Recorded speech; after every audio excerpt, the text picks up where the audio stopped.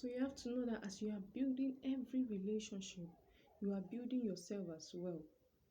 You are building yourself, you are working on yourself, you are becoming a better person. Because there is a lot in us that needs to be amended, that needs to be built up, that needs to be raised, that needs to be dealt with.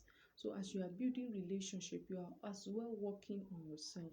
So don't see any relationship as a platform for your destructions, but actually for you to build yourself and to grow and to as well be a better person. And I want to also buttress this point that in every relationship, seek the will of God. The will of God is the perfect for you. The will of God is the surest for you. The will of God is anything that would bring you on the right path, is the will of God, is the perfect will. So seek the will of God, seek the counsel of God, seek the precept of God. The Lord has a whole lot for you that you have never heard before, and you can always get it in Him, not elsewhere.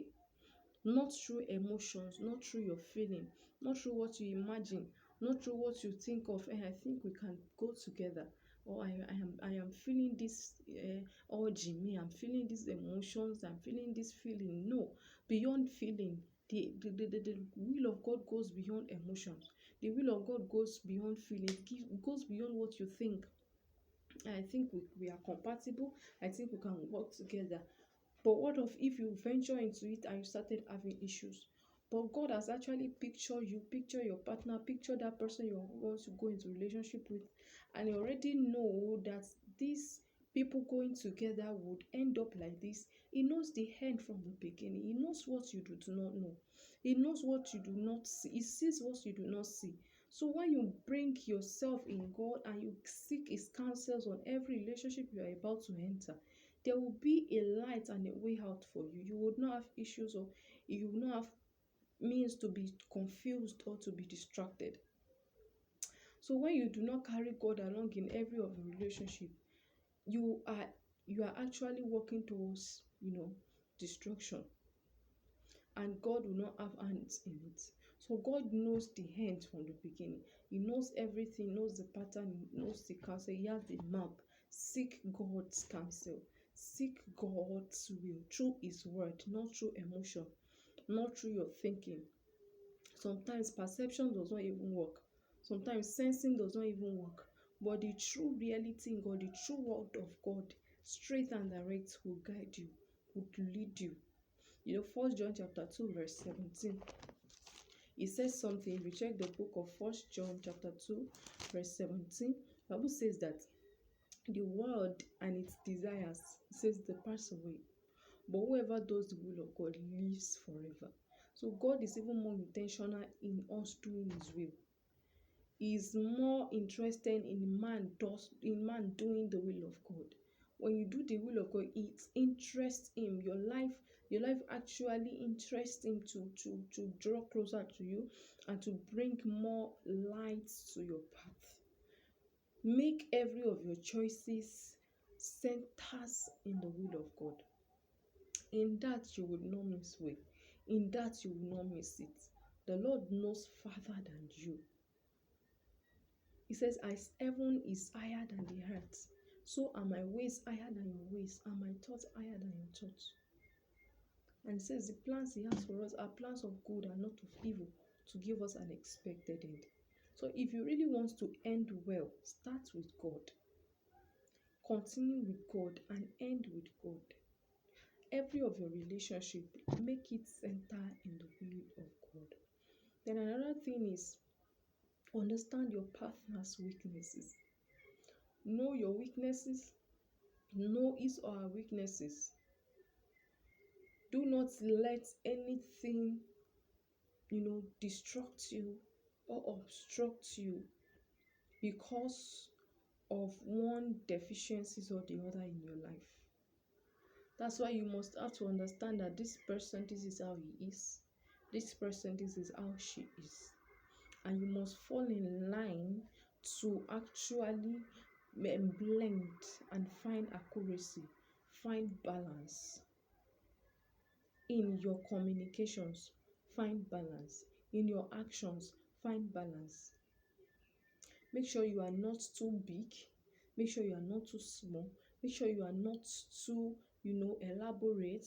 Make sure you are not too, you know, you are not too exposed, right? Because too much of exposure kills us. Too much of exposure actually brings issue. Let everything be centered based on the will of God and the counsel of God. Don't be too, radical. Be comported, right? Comport yourself. Build up yourself. Understand each other's languages. Understand each other's speech and sign languages. Anything that has to do with communication, that's another point. Communication strengthens relationship. So communications actually sustains relationship. So those are the resources that it takes for you to build a relationship. Communicate well. Communicate with potentials, with skills. There are communication skills you can learn. Learn how to communicate politely. Learn how to communicate with honor. Learn how to communicate with sense of humility. Not just saying anyhow. That's why I mentioned it, that different relationships have different operations, right? You can't compare the way you talk to your parents to the same way you talk to your friends, or rather the way you talk with your friend, and you want to use the same manner or the same approach in relating to your parents. It is wrong. It is wrong. So we have to build communication skills in every levels or stages in relationship.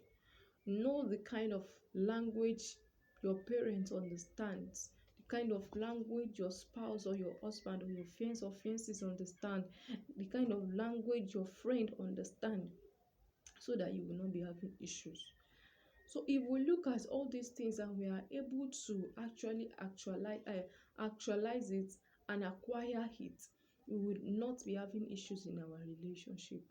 Mind you, you cannot stand alone. Mind you, you cannot do things alone, except you mingle yourself with good friends, with good companions, with godly partner for your life. So I pray that every relationship you have engaged in, or you will still engage in your life, the Lord will order your step in the name of Jesus.